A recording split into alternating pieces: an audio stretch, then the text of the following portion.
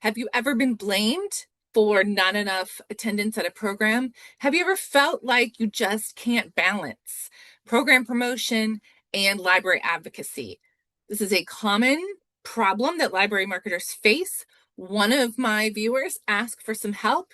Today, we're going to talk about how to balance that and how to get over that sense of never feeling like you're doing enough.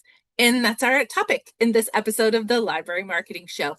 Hi, everyone. I'm Angela Hursh from superlibrarymarketing.com. You can head on over there and look for the Library Marketing Show tab to suggest a topic or ask a question for a future episode. I would love to know what problems you're facing and if I might be able to help. Also, a special shout out today to my Wisconsin friends. If all goes well, I'm in Wisconsin today in Madison at the Wisconsin Library Association conference. I'll be speaking later this morning. I hope to see you there. Speaking of a library that is doing enough, we're going to start today's episode with kudos, which is going to the Public Library of Steubenville and Jefferson County. They have a levy renewal on next week's ballot. Good luck to them. And of course, as you know, many libraries, when you have a levy renewal, you're not really allowed to advocate for people to vote for the levy, but you can tell people that they can vote, and you can do get your vote out kind of promotions. So this library, Steubenville and Jefferson County, used their mascot, which is called Skimmer. They did 2 videos so far. One is just to remind people that they can register to vote at the library. And then the second one was of Skimmer at the County Board of Elections. So I thought that was really fun and cute. I'll put a link to those videos down below. Great job, Public Library of Steubenville and Jefferson County. All right, let's get into today's topic, which is, are you doing enough?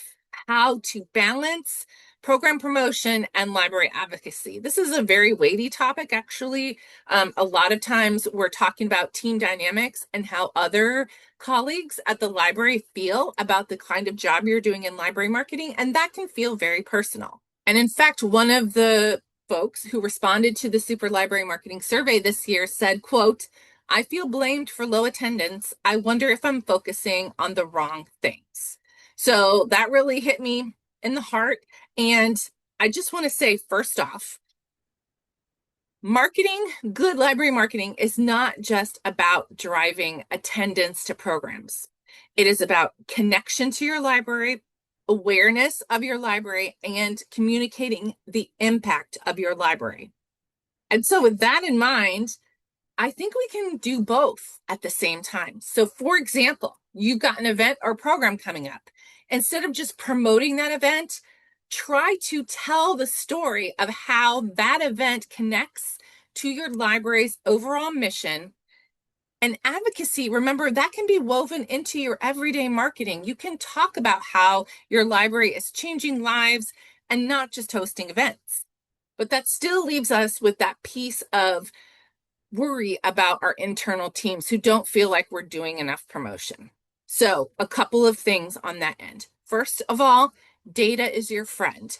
You are going to be gathering insights on all your different kinds of promotion, from print to social media to your website, so that you can have the data to show over time what kind of promotion works. You know, we sometimes have very niche services at the library. Only a few people use those, but that's still valuable to those few people. Those few people are still connected to the library. Like quality, for me, quality always wins out over quantity. So you'll want to think about, when you're doing your library marketing, is this something that we want to drive large numbers to, or is this something for a niche audience? And what is the value? Because the value is not always the high attendance numbers. And then I know this part is really difficult too, but I'm telling you, it is so important to do. I want us to start having really frank and clear, but friendly conversations with our coworkers. Talk to them very clearly about what marketing can and cannot do. You can talk with them openly about how you work timing, how you decide what kind of content to put out, how you message certain target audiences. I'm going to end with some affirmation for you. I know anyone who's viewing this video, you are doing enough, right? Marketing is a long game, and the impact is not always immediate or visible, but I know you are doing the best work that you can do. So I'm curious if you want to also share some experiences around this with my viewer who made this comment in the survey. Have you ever needed encouragement or wondered this, and how did you deal with that situation? Let's get a conversation started down in the comments. And that's it for this episode of the Library Marketing Show. But my channel's full of other tips for library marketing. If you're interested in learning more, head to this next episode and I'll meet you there.